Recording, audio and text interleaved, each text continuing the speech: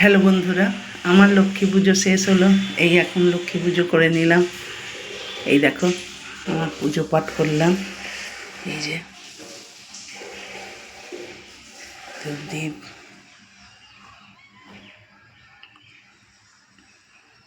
এই দেখো বন্ধুরা, বুঝেছ আমার ঠাকুরের পুজো পাঠ আমার করা সারা। এই যে আমার মহাদেব, এই যে আমার মা লক্ষ্মী, দুর্গা, রাধা কৃষ্ণ, সব ধূপদীপ জ্বালিয়ে আমি পুজো করলাম বন্ধুরা। তোমাদের আশা করি সবারই পুজো পাঠ সারা। কারণ আমি এইরকম মায়ের পুজো করি, প্রত্যেক বৃহস্পতিবারেতে করি।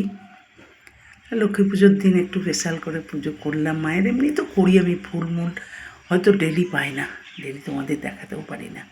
ঠিক আছে, কোজাগরী লক্ষ্মী পুজোর শুভেচ্ছা জানালাম। তোমরা ভালো থেকো, সুখে থেকো।